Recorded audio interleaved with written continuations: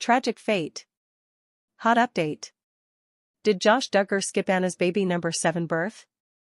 Drops breaking news. That's the headline screaming across the internet right now.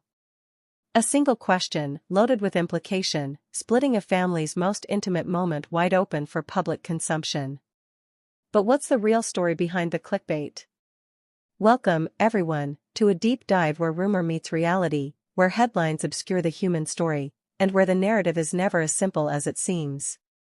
I'm your host, and today, we're unpacking the layers of a media frenzy that centers on one birth announcement and the avalanche of speculation it triggered. Stick with me, because this is about more than just a tabloid headline. This is about the machinery of modern scandal, the echo chambers of online judgment, and a family that has lived their entire lives in the unforgiving spotlight. The news broke, as it so often does, not through a formal statement, but in fragments. A distant relative's cryptic post. A blurred photo from what might have been a hospital parking lot. The inevitable, hushed whispers on online forums dedicated to dissecting every move of the Duggar family. Then came the official, joyous announcement: Anna Duggar had welcomed her 7th child. A new life, a precious soul entering the world. And immediately, the digital sleuths got to work. The timeline was pieced together. Josh Duggar's known location, his legal circumstances, the dates, all were cross-referenced with the fervor of a detective novel. The central, burning question emerged and was instantly framed as a damning indictment: was he there? The clickbait titles wrote themselves. Josh abandons Anna in labor. Baby's birth met with stunning snub. Inside the heartbreak, Anna goes it alone. Each version more definitive than the last, each painting a picture of a deliberate, cruel absence. The comment sections became battlegrounds. One side voiced outrage, condemning the absence as the ultimate act of betrayal, a final piece of evidence in a long saga of letdowns. The other side, or at least a more cautious faction, urged restraint. We don't know the facts, they wrote. The legal system has strict rules. There could be a dozen reasons. But in the age of instant judgment, nuance is the first casualty. The absence of a confirmed fact was filled not with silence, but with the loudest, most emotionally charged narrative. So, let's pause the speculation. Let's rewind. To understand this moment, this single question about a birth, we have to understand the road that led here. The Duggar family first entered the public eye as a curiosity, then a phenomenon. Their show, 19 Kids and Counting, presented a universe of matching clothes, strict courtship rules, and a life built on specific religious principles. They were, to many, either an inspiring testament to family values or a fascinating case study in insular culture. Josh, as the eldest son, was often positioned as a representative, a young man groomed for leadership within that world. He married Anna Keller in 2008, a union presented as a fairy tale within their faith's framework. The babies started arriving, each one a celebrated milestone for the audience that felt they knew them. But the pristine public image began to develop cracks. First, there were the acknowledged past mistakes, the wrongdoing from his youth that was addressed within the family and later became a subject of media reports. The family's show was cancelled. Then, Josh re-emerged in a spin-off, still with Anna by his side, attempting to navigate a public redemption arc. They presented a united front, a marriage working through profound challenges under the watchful eye of their faith and their followers. Anna, in particular, became a figure of intense scrutiny and polarized opinion, seen as either a victim of circumstance or a paragon of unwavering, perhaps misguided, loyalty. Then came the legal earthquake. In April 2021, Josh Duggar was arrested by federal authorities. The charges were grave, centering on the receipt and possession of child sexual abuse material. The public narrative shattered completely. This was no longer about past teenage transgressions or reality show drama, this was about the federal criminal justice system. The trial was a media spectacle, detailing forensic evidence and dark digital footprints. In December 2021, the verdict came, guilty on all counts. The subsequent sentencing in 2022 sealed his fate for the foreseeable future, over 12 years in federal prison. This is the inescapable, overwhelming context for the birth of baby number 7. Josh Duggar is a federal inmate. His life is not his own, it is governed by the rules of the Bureau of Prisons, by court orders, by the sheer logistical and legal brick wall that separates an inmate from the free world. The question, was he there, cannot be answered through the lens of personal choice or marital devotion alone. It is a question that first must navigate a labyrinth of regulations. Could a federal inmate attend the birth of his child? The short, stark answer is, almost certainly not. The BOP has protocols for temporary releases, known as furloughs, but they are exceedingly rare and granted only under specific, compelling circumstances, such as the death of an immediate family member or to participate in a judicial proceeding. The birth of a child, while a monumental personal event, does not typically qualify.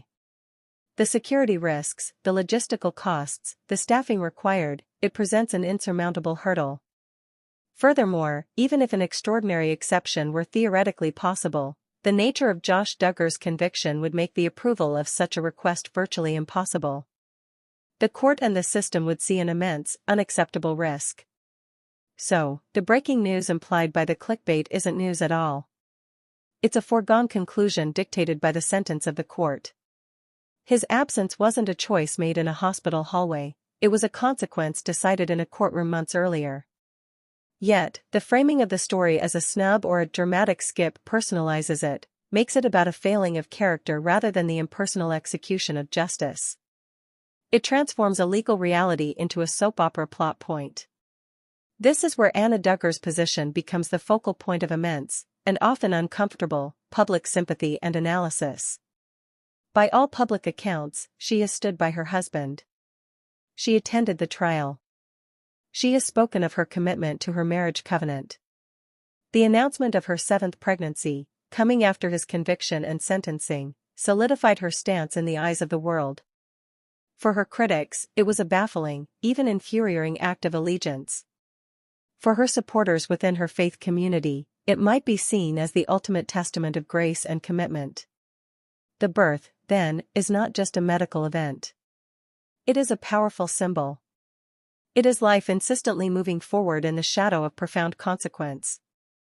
It is a mother bringing a new child into a family structure that is, by any measure, fractured and under immense strain.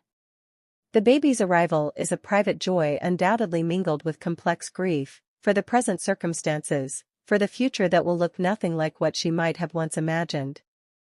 Every photo she may eventually share, every detail about the baby's name or weight, will be analyzed for clues about her state of mind, for messages about Josh, for signs of regret or resilience. And what of the other children? The 6 older siblings who now have a new brother or sister, but whose father is absent not for a business trip, but for a sentence that spans more years than they can currently comprehend. They are living a reality that is filtered through their mother's strength, their extended family's support, and the ever-present, low hum of public notoriety. Their story is the one often forgotten in the headline chase, the long-term, quiet impact on innocent lives. The media's role in this entire saga is worth examining. From the initial reality show that packaged their lives for consumption, to the investigative journalism that uncovered past secrets, to the tabloid frenzy that now dissects every social media post and rumor, the Duggar family has existed as a public commodity. The hot update culture treats their life events as episodes in an ongoing series. The birth of a child is reduced to a cliffhanger, will he or won't he, when the answer was legally predetermined. This cycle does something profound, it dehumanizes. It turns real pain, real moral complexity, real legal outcomes, into digestible, emotionally charged content designed for shares and comments. Let's also consider the broader community around them. Their specific religious upbringing, with its emphasis on patriarchy, female submission, and the absolute sanctity of marriage, provides the framework through which Anna, in particular, is making her choices. To judge her actions without attempting to understand that framework is to miss the entire point. She is not operating from a secular playbook of individualism and self-actualization, she is following a spiritual roadmap that commands a specific kind of endurance. Whether one agrees with that roadmap is a separate debate, but to ignore its power is to analyze her life in a foreign language. So, where does this leave us now, in the wake of this birth announcement? The breaking news has been consumed. The clicks have been registered. But the actual story continues, far away from the headlines. It continues in a federal prison, where a man is serving a sentence meant to punish and isolate. It continues in a home, where a mother is recovering from childbirth while managing a household of 7 children, likely with the help of her extensive family network. It continues in the hearts and minds of those children, for whom today's tabloid headline is tomorrow's painful digital footprint of their own childhood. The saga of the Duggars is, in many ways, a perfect storm of American fascination. It touches on religion, reality TV, crime, justice, gender roles, and the relentless hunger for content. It raises uncomfortable questions about forgiveness, accountability, and the limits of loyalty. The birth of this 7th child to Anna is not an endpoint, nor is it a salacious twist. It is the next chapter in a human story of staggering complexity. And this is where we must remember our own role as the audience. We are not merely passive consumers of this drama. With every click on a sensationalized headline, with every speculative comment, with every share of an unverified rumor, we fuel the machine. We tell media outlets what we want: more intrusion, more simplification, more judgment.